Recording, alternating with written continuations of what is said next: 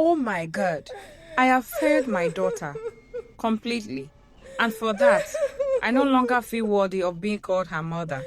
What kind of mother doesn't see the signs? If only I could turn back time. Just once, I would make things right. But it is too late now. I should have protected her. I should have known. This is the heartbreaking story of Sheila, a successful fabric merchant in the heart of Anambra State. She was known for her strength, resilience, and fierce independence. Her shop was always bustling with customers, her Akara and lace collection admired by all.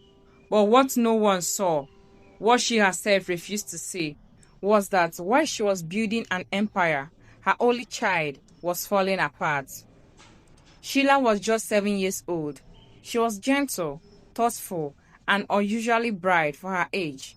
Her big brown eyes sparkled when she talked about stars, and she had a kind of smile that could light up a room. But her light began to dim the day Tina remarried. Kevin was younger than Tina, handsome, quiet, a man of few words. He worked from home as a graphic designer and rarely interacted with the neighbors. He wore calm like a mask, one that hid the demons beneath. At first, he played the role of a loving stepfather so convincingly that even Sheila, a child with a sharp mind, let her guard down. He took her to the park, bought her ice cream, told her bedtime stories. He even brushed her hair and packed her lunch. Sheila, who had lost her father at just 2 years old, slowly started calling him Daddy. But darkness rarely shows up with a warning. One Saturday morning, while the sun warmed the quiet streets of the town and the shop bells jingled at Tina's boutique, a storm began to brew inside the four walls of their home. Kevin knocked softly on Sheila's bedroom door. "Come in," she said, still in her pajamas, coloring quietly in her sketchbook. He smiled, sat beside her, and then whispered something that changed her world forever. "Daddy is going to teach you how to become a real woman, but you have to promise you won't tell anyone." The confusion on her face didn't stop him. The innocence in her eyes didn't stop him. Not even the tremble in her voice could break the monster in him. That day, Sheila's childhood was stolen, and her silence began. Days turned into weeks, and weeks into months. The house was quiet, like always. But Sheila had grown quieter. She no longer sang in the mornings or danced to the music in her head. She stopped drawing stars and flowers. She barely spoke. She ate very little. And yet, her mother never noticed. Tina's mind was buried in sales, stock deliveries, and customer calls. When she came home, she was too exhausted to notice the haunted look in her daughter's eyes. One evening, while counting money from the day's sales, Sheila approached her, tiny hands clenched, eyes brimming with tears. "Mommy, I want to tell you something," she said softly. "Not now, Sheila," Tina replied without looking up. "Can't you see I am busy?" "Please, Mommy, please, it is important." "Mommy, please," Sheila said again, her voice shaky, tears already forming in her eyes. But Tina didn't even look at her. "Can't you see I am busy?" she snapped. "Go to your room and do your homework." Her voice was sharp, her tone cold. Sheila stood there, hot and confused. She wanted to say more, to explain, to cry out for help, but she swallowed her words like she always did. Slowly, she turned around and walked back to her room, shutting the door behind her. There in the silence, she cried, quiet, aching sobs that no one heard. She needed someone to talk to, someone to trust. But the one person who's supposed to listen, the one person who's supposed to protect her, had shut her out again. One Saturday morning, as Tina was getting ready to leave for work, she noticed her daughter, Sheila, standing quietly by the door. The little girl's face was pale, her eyes filled with fear. "Sheila, What is it again? Tina asked, sounding impatient. Mommy, please, Sheila whispered, her voice shaking. I want to go with you to your shop today. Please, I don't want to stay here. I am scared. Tina sighed and shook her head. Sheila, no. You know you can't follow me. Your daddy is at home. He will take care of you. Please, Mommy, please, take me with you, Sheila begged, tears now streaming down her cheeks. I am already late, Tina said, adjusting her bag. My customers are waiting for me. I don't have time for this. Without another word, she walked out and shut the door behind her. The house fell silent. Sheila stood there for a moment, frozen. Then, slowly, she walked back to her room, her heart pounding. She knew what was coming. Moments later, the door creaked open. Kevin stepped in and sat down on the edge of her bed. He smiled, a smile that always made her stomach turn. My princess, he said softly. My beautiful princess, Mommy has gone. It is just you and me now. Sheila backed away, trembling.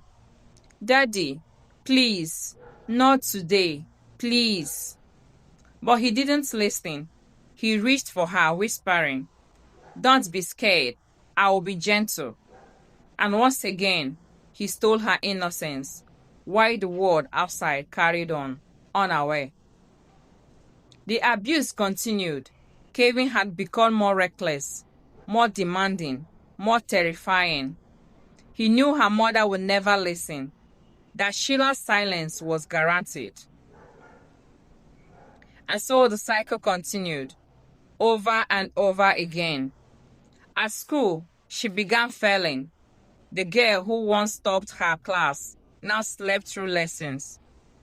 Her teachers grew concerned. One of them, Miss Choma, tried to talk to her. Sheila, what is wrong? You know you can trust me.